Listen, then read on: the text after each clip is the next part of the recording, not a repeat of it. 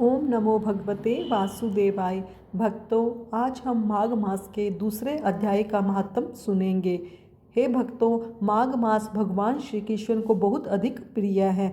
उस पवित्र माघ मास की महिमा को जानना मनुष्य जीवन को धन्य कर देता है। पिछले अध्याय में हमने जाना कि माघ मास क्यों इतना प्रिय है भगवान को।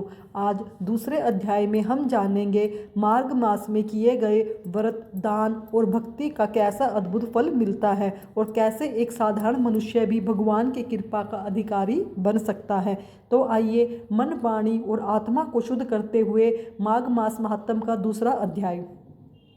माघ मास में भगवान नारद विष्णु से प्रश्न किया कि हे जगन्नाथ जी, संसार में ऐसे असंख्य लोग हैं जो न तो कठिन तप कर सकते हैं, न ही बड़े यज्ञ कर सकते हैं।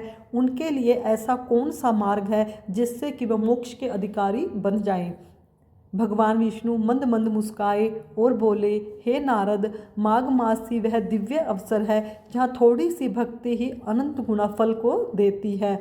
माघ मास में स्नान का बहुत अधिक महत्व है। जो व्यक्ति ब्रह्म मुहूर्त में उठकर माघ मास में स्नान करता है, उसके पिछले जन्मों के पाप धीरे धीरे नष्ट होने लगते हैं। यदि वह स्नान संभव नदी में ना हो सके तो आप भगवान का स्मरण करते हुए घर पर ही स्नान करके पुण्य के अधिकारी बन सकते हैं। माघ मास में किया गया एक स्नान भी 1000 यज्ञों के बराबर माना जाता है। राजा के ऐसे वचन सुनकर तपस्वी कहने लगा कि राजन, भगवान सूर्य बहुत शीघ्र उदय होने वाले हैं, इसलिए यह समय हमारे लिए स्नान का है, कथा का नहीं। सो आप स्नान करके अपने घर को जाओ और अपने गुरु की श्री वशिष्ठ जी से इस महात्म को सुनो। इतना कहकर तपस्वी सरोवर में स्नान करने के लिए चले गए और राजा भी विधि पूर्वक सरोवर में स्नान करके अपने घर को लौटा और रानीवास में जाकर तपस्वी की सब कथा रानी को सुनाई। तब सूत जी कहने लगे कि महाराजा, राजा ने अपनी गुरु वशिष्ठ से प्रश्न किया और उन्होंने क्या उत्तर दिया, सो कहिए। व्यास जी कहने लगे, हे सूत जी, राजा दिलीप ने रात्रि को सुख से सोकर प्रातः समय ही अपने गुरु वशिष्ठ के पास जाकर उनके चरणों को छूकर प्रणाम करके नम्रता से पूछा कि गुरुजी, आपने आचार, दंड, नीति, राज्य, धर्म तथा चारों वर्णों को, चारों आश्रमों की क्रियाएं, दान और अनेक विधान, यज्ञ और उनकी विधियां, व्रत, उनकी प्रतिष्ठा तथा भगवान विष्णु की आराधना बतलाई है। परंतु अब मैं आपसे माघ मास के स्नान के महत्व को सुनना चाहता हूँ। सो हे तपोधन, नियम पूर्वक इसकी विधि समझाइए। गुरु वशिष्ठ जी कहने लगे कि हे राजन, तुमने दोनों लोकों के कल्याणकारी, वनवासी तथा गृहिणियों के अंतकरण को पवित्र करने वाले माघ मास के स्नान का बहुत सुंदर प्रश्न किया है। मकर राशि में सूर्य के आने पर माघ मास में स्नान का फल गो, भूमि, तिल, स्वर्ण, वस्त्र, अन्न, घोड़ा आदि दोनों तथा चंद्रायण और ब्रह्म व्रत आदि से भी अधिक होता है। वैशाख तथा कार्तिक के जप, दान, तप और यज्ञ बहुत फल देने वाले हैं, परंतु माघ मास में इनका फल बहुत ही अधिक होता है। माघ मास में स्नान करने वाला पुरुष राजा और मुक्ति के मार्ग को जानने वाला होता है।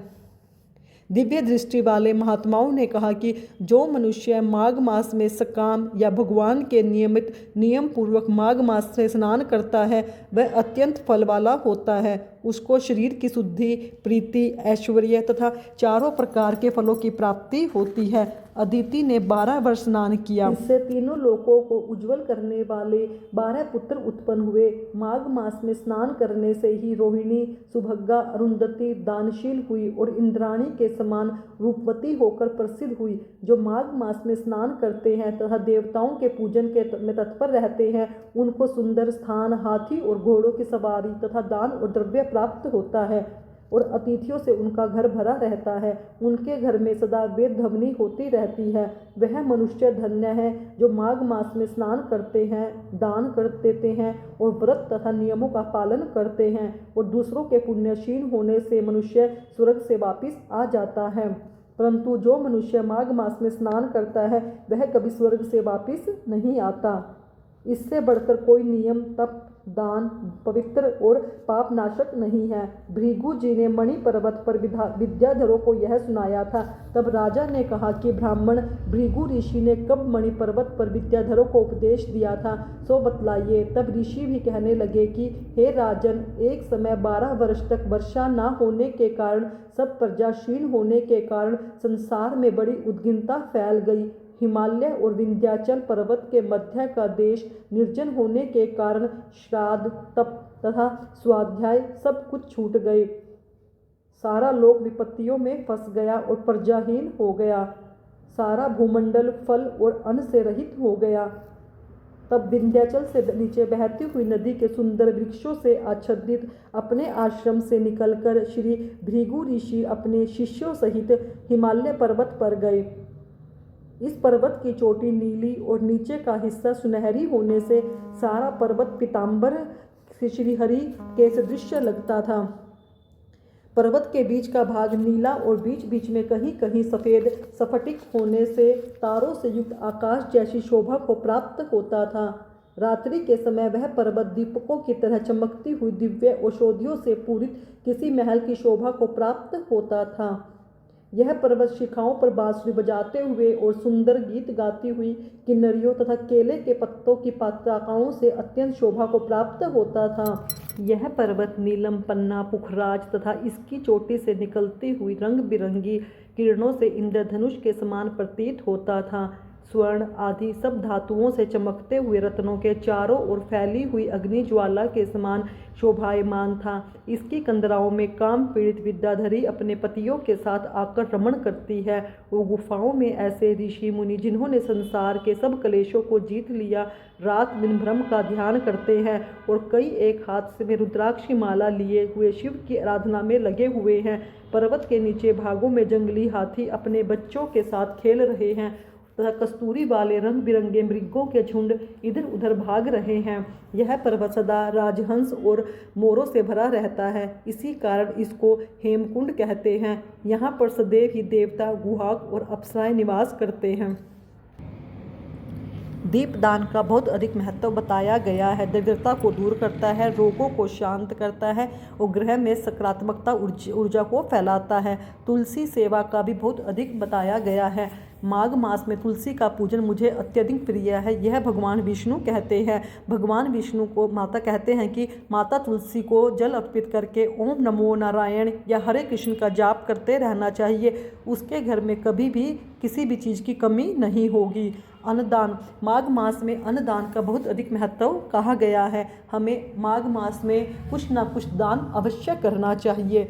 सच्ची भक्ति, भगवान विष्णु ने कहा है, माघ मास में मुझे पाने के लिए ना तो बड़े मंत्र चाहिए, ना कोई भारी दान चाहिए। मुझे तो बस शुद्ध भाव, नरम हृदय और सच्ची श्रद्धा। जो भक्त क्रोध, अहंकार और ईर्ष्या त्याग कर मेरा स्मरण करता है, वह मुझे इसी मास में अत्यंत प्रिय हो जाता है। अध्याय 2 का सार है कि नारद जी ने हाथ जोड़कर कहा, हे प्रभु, आज आपने स्पष्ट कर दिया कि माघ मास सामान्य मनुष्यों के लिए भी मोक्ष का द्वार खोल देता है। भगवान विष्णु बोले, जो इस माघ में महिमा सुनता है, श्रद्धा का उच्चारण करता है, वह जीवन और मृत्यु के बंधन से मुक्त हो जाता है। हे भक्तों, माघ मास केवल एक महीना नहीं है, यह भगवान की विशेष कृपा पाने का बहुत ही सुंदर समय है। यदि हम इस पावन समय में थोड़ा सा संयम, थोड़ी सी सेवा, थोड़ा सा नाम स्मरण कर ले तो हमारा जीवन धन्य हो सकता है। आइए संकल्प लेते हैं कि इस माघ मास को हम ऐसे ही व्यर्थ नहीं जाने देंगे। भगवान विष्णु आप सभी पर अपनी कृपा बनाए रखे। ओम नारायणम। हरि बोल, हरि बोल। भक्तों, यह थी मेरे द्वारा सुनाया गया दूसरा अध्याय। अगर आपको मेरे द्वारा सुनाए गए अध्याय अच्छे लगे तो मेरे चैनल को सब्सक्राइब कीजिए। वीडियो में आप कमेंट में ओम नमो नारायणम, राधे राधे कुछ भी लिख सकते हैं जो आपको अच्छा लगे। धन्यवाद भक्तों।